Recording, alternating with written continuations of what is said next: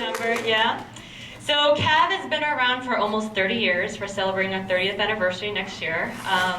And CAV originally started because of Vincent Chin. And a lot of us know about Vincent Chin. In 1986, he was killed by two white supremacists who killed him because they thought that the Asians were taking the jobs in Detroit.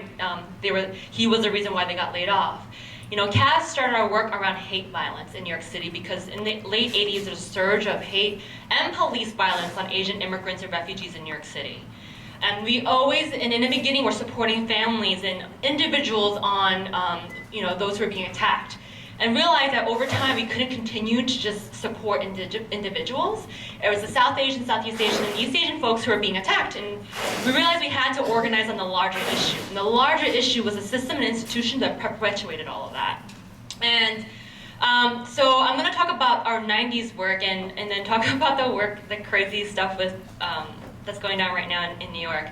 But in the mid-90s, how many of you are familiar with Yoshin Huang? Anybody familiar? So this story we share in New York City. In 93 94, it was Anthony Baez and Hilton Vega who were first killed by the NYPD. And then it was Yoshin Huang in 95 and Nicholas Hayward in 96, around the same time in the mid-90s. And Yoshin Huang was a 16-year-old Chinese immigrant boy who was from Bushwick, Brooklyn, and he was playing with a pellet gun at his friend's place in Bensonhurst, Brooklyn. The neighbors called the cops on him, and they came, and they thought it was a real gun, didn't even give him a chance to put the pellet gun down. They shot him and killed him. And that was in 1995. And ever since then, the family never really received justice, despite all the might they had to fight for justice for Yoshin.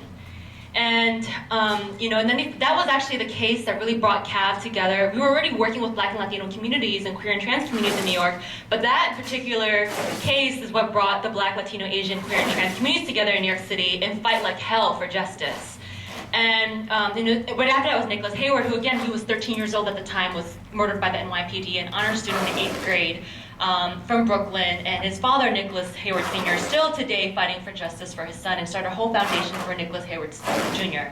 But in 95, we came together and shut down. We had 185 people who shut down 2 tunnels and 2 bridges and took over the DA's office in 1995. And I wanted to share the story of Joyce, who is Yoshin's sister.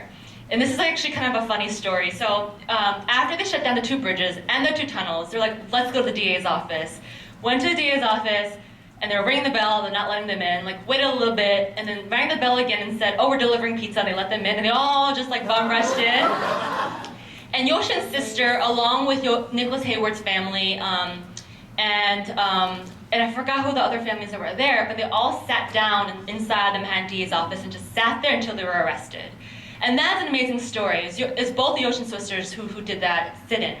And until this day, we still work with those same families, and we still work with the same organizations to fight for a larger systemic change in New York City to hold the NYPD accountable.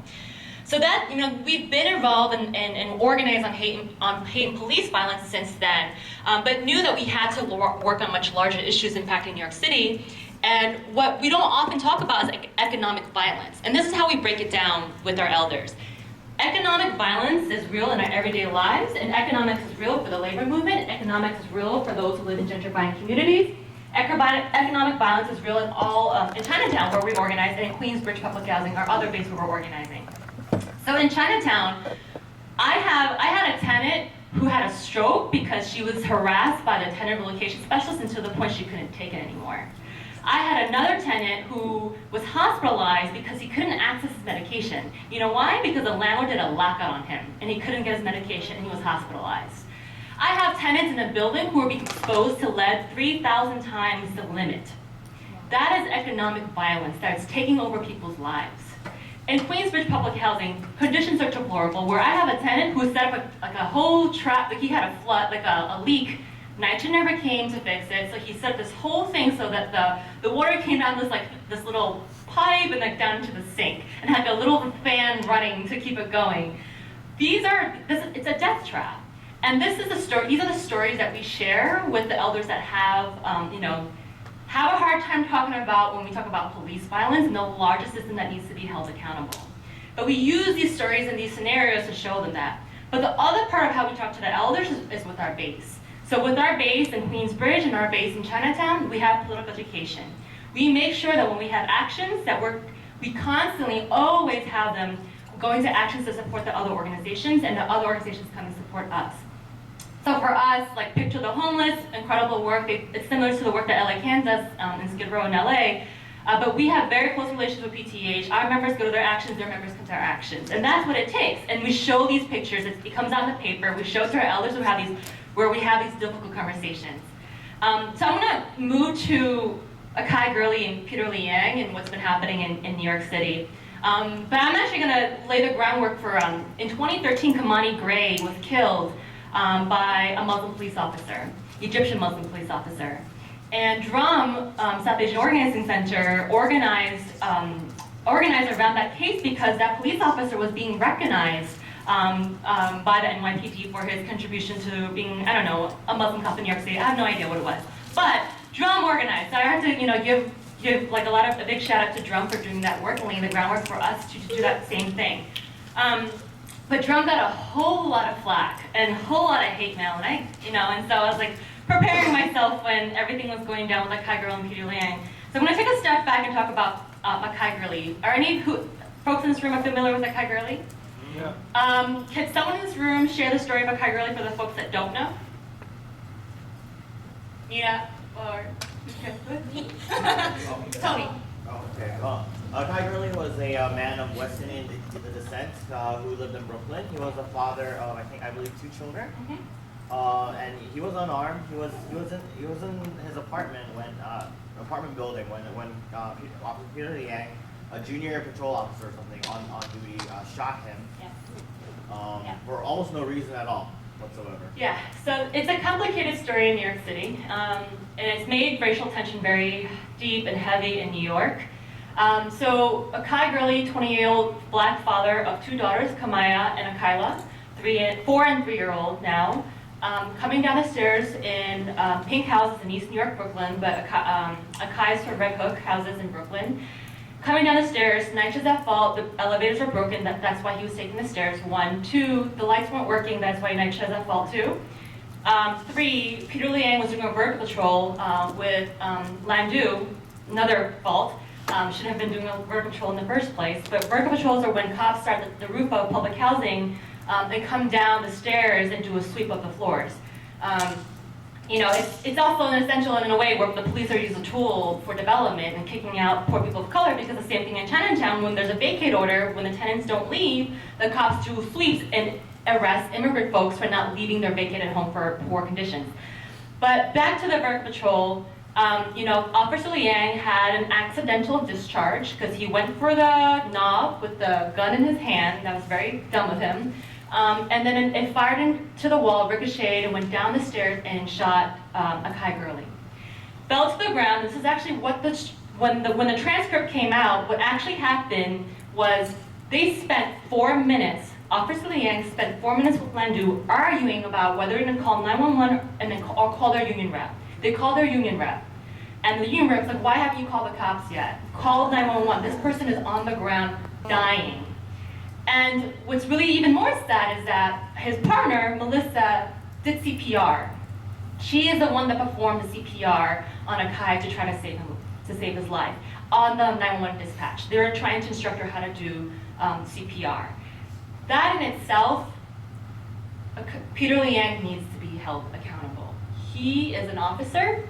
We rely supposedly on law enforcement to protect and serve, but in that instance where this man was shot, a father was shot and killed and is on the ground, you're not even performing CPR. So what happened after that in New York City was a shit show, because we also have those 2 officers who were killed, Wenjin Liu and Ramos, Latino and Asian. And at the end of the day, I was like, where are the white folks? Like, in all of this. And Peter Liang was indicted. Our position was, yes, Peter Liang needs to be indicted because he took a life, and he needs to be held accountable.